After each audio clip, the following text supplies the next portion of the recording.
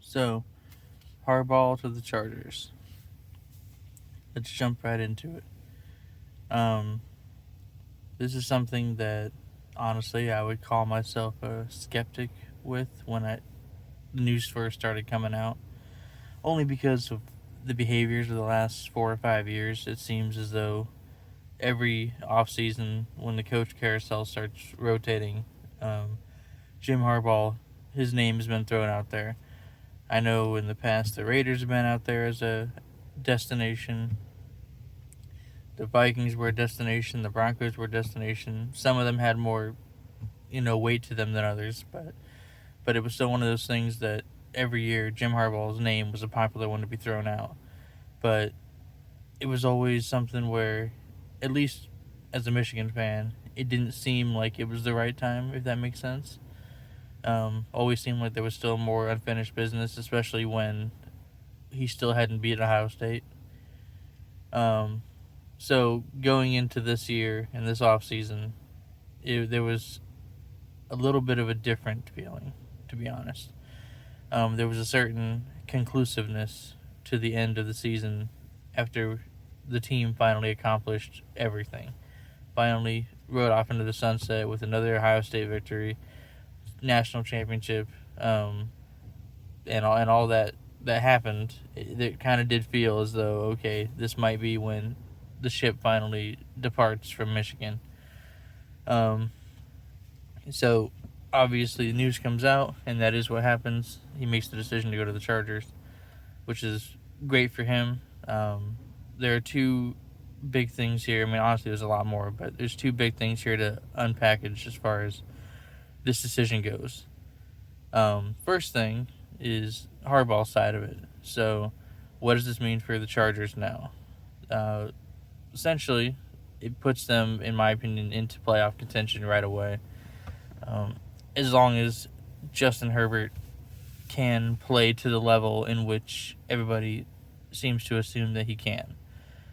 There's been all the talent in the world displayed from Herbert from the first day that he stepped onto an NFL football field when he wasn't even expected to against the Chiefs after the whole Tyrod Taylor situation happened. Um, but he came out right away and said, hey, I can show the world what I'm made of, essentially, from day one. And he's done nothing but display the fact that he has the abilities to make the plays necessary to win as many games as needed. But I don't know if it's a coaching thing, which is the assumption that many have had, is that the coaching decisions and play calls and things of that nature is what has held him back from taking that next step and punching a ticket to the playoffs and taking the Chargers on a run. Um, but now we see more or less kind of the excuses washed away. Would be the best way I can put it. All those diehard Herbert supporters and Oregon fans or whatever they might be that have said it was Lynn, it was Staley, it was this, that, and the other. Well, now you've ran out of those excuses.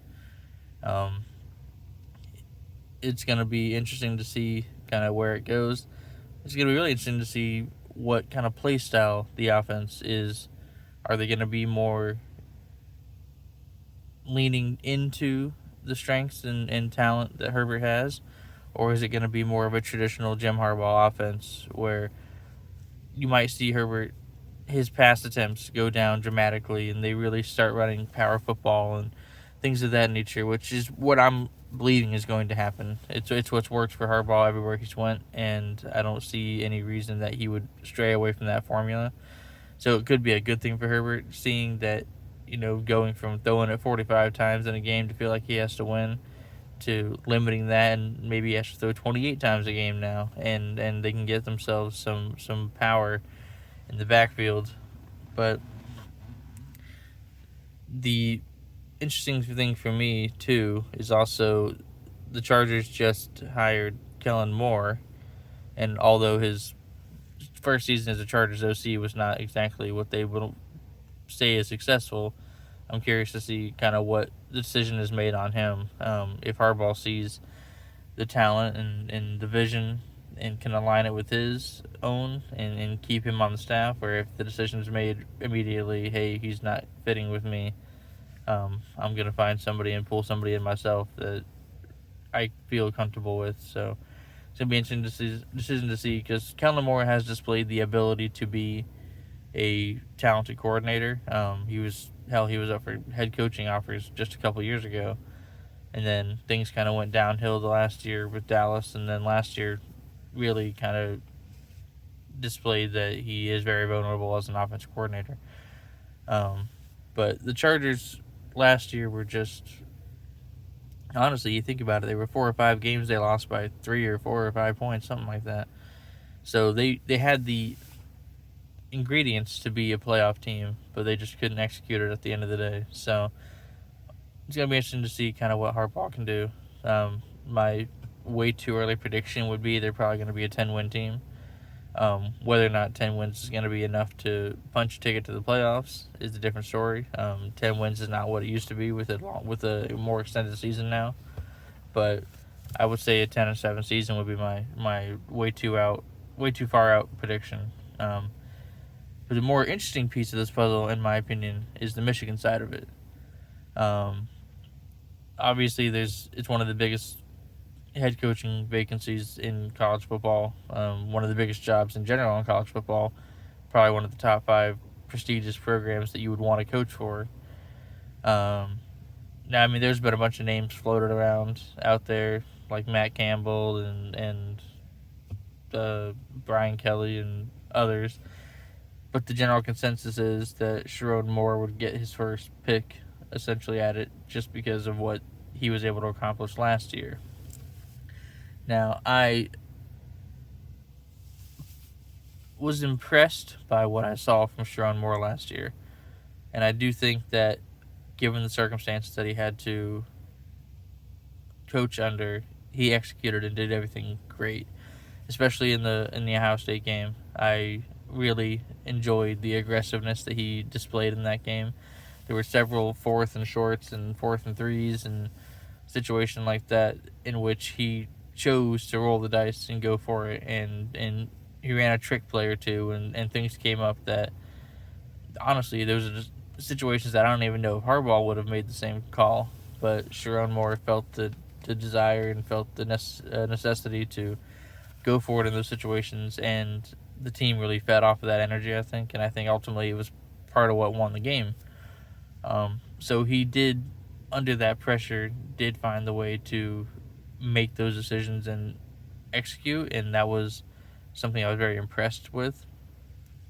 So he's shown that he can win big games as an interim, but to me, that's part of the interesting part is there was always the knowledge, hey, this is temporary. Like, Jim's going to come back in 2 weeks, 1 week, etc. So I'm just filling a spot. I gotta make it through this week, and then Harbaugh comes back, takes over the team. Sherrone did very well with the pieces that Harbaugh assembled. I think that's going to be the part that going forward is going to be fun to watch, is to see if Sherrone does get the job, how does he do with his own pieces? Because it's already been displayed that I think there's like 15 of the 22 starters from this year are gone, either to the NFL or, to just graduated or whatever. But there's like 15 to the 22. It's some absurd number of people that are departing from Michigan from that national championship team. And so all the rest of the guys are going to be Harbaugh guys, obviously. But I'm curious to see the recruiting piece. To me, that's going to be the biggest factor, the difference between Sherrone Moore and Jim Harbaugh. Because for all the memes and the social media people that, made fun of the weird, quirky things that Harbaugh did, his, goofy attitude and, him warming up with the guys, wearing gloves and catching balls and stuff, like the stuff that people made fun of, that's the kind of stuff that these young kids these high schoolers, you got to think about it, 16, 17 years old, those are the things that they resonated with. Like, oh, hey, the coach, he likes to jam out on the field and catch balls, and he, goes out and runs little routes and stuff. Like, as goofy as it sounds, that's probably some of the stuff that these kids were resonating with, and said, hey, that's kind of cool. Um, and Harbaugh was, without a doubt, one of the best recruiters in college football. So that's going to be kind of what Sharon Moore has to stack up against going forward. He's going to have a couple years here of a buffer where whoever he can retain from Harbaugh's regime, he's going to have that talent. And the guys that played with him and were in there with him that believe in Sharon and were able to witness what he did as a head coach, he's going to retain those guys. But going forward in the years into the future, 3 years, 4 years out, when it's all Sharon's teams, these are the kids that he's went and sat down with and recruited and whatnot. That's going to be where it's interesting. Being that it's Michigan, you're always going to have kind of a monopoly on your in-state guys, especially with the current state of Michigan State, with everything going on with their head coach situation, with everything going on with just the history of that team right now. And obviously there's not really any other big names and big schools that are making any runs in the state of Michigan. So it's really Michigan or nothing. If you're, a kid growing up in Michigan and you want to stay close to home, you're going to go to Michigan. But where Harbaugh came in is the out-of-state recruits. Guys like J.J. McCarthy, for example, who, played in Florida. And Harbaugh was able to lure him to Michigan. And he ended up being a massive factor in a team that won a national championship. Sharon Moore doesn't have those same qualities and that same reputation to lean on like Harbaugh did. Harbaugh can go sit in a living room with a kid and his parents and say, I've won everywhere I've been. I won at San Diego. I won at Stanford. I won in the NFL. I've been winning in Michigan. So no matter what, we're going to compete for a national championship on one level or another. Harbaugh also had the fact that he was a Michigan man going for him. So he was an alumni. So any of those, especially the ones that were in-state recruits, they had that to lean on too. Oh, he knows Michigan's culture. He understands. He lives and breathes, maize and blue. So this is a guy that wants what's best for the program no matter what. Well, Sharon Moore is not a Michigan guy. He's a Big 12 guy. He went to Oklahoma. He also went to Butler, I think. But so Sharon Moore, not to say he's not living and breathing Michigan now, as he has coached there for the last couple of years. But that's also something that he can't use as much in recruiting like Harbaugh was able to. Because that was just another chip that Harbaugh could put on the table and go, hey, we're going to live and breathe what Michigan's about. And honestly, especially looking from the Rich Rod and Brady Hoke days, to see the style of Michigan after and before Harbaugh is going to be interesting. Because we know how it was before with Rich Rod coming in and trying to establish his spread offense, and then Brady Hoke came in and did whatever the hell that was. And then Harbaugh, the first couple of years was rough. It was a lot of transfers and trying to kind of find your footing.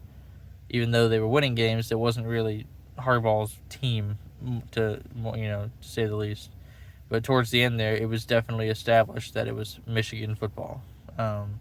Hard-nosed, we're going to smack you in the mouth, we're going to run the ball down your throat, this is how it is. And that's what everybody's grown to know and love about Michigan football over the years, from the Bo days and Lloyd Carr and all that, is that's Michigan football. So I think Sharon Moore would stay true to that, and I really do, as a Michigan fan, I really hope the best for him if he is the one who gets the job. And I just hope that whatever recruits he goes out there and puts his eyes on and targets can hold the same level of trust in him as they would of Harbaugh. It's going to be hard. I think we're going to have a couple years where we don't have one of those top recruiting classes, just because there is that uncertainty and what the team's going to look like, what the offense is going to look like. what the style is going to look like with a new guy at the helm.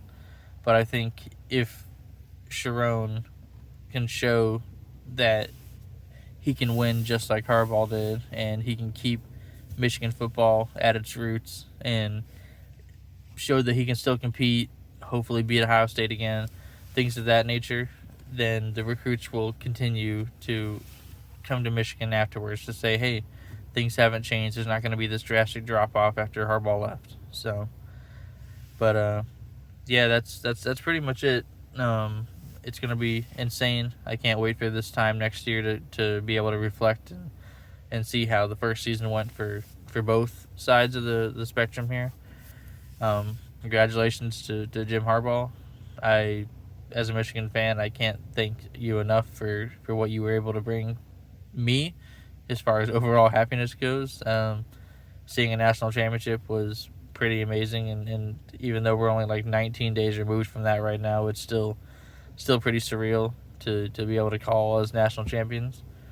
And but I do understand his goals and your ability to want to go to the NFL and accomplish the same level of success at that level.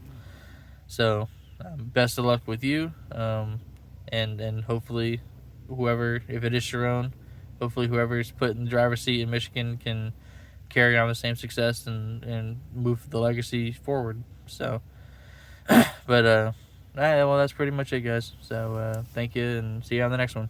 Thanks.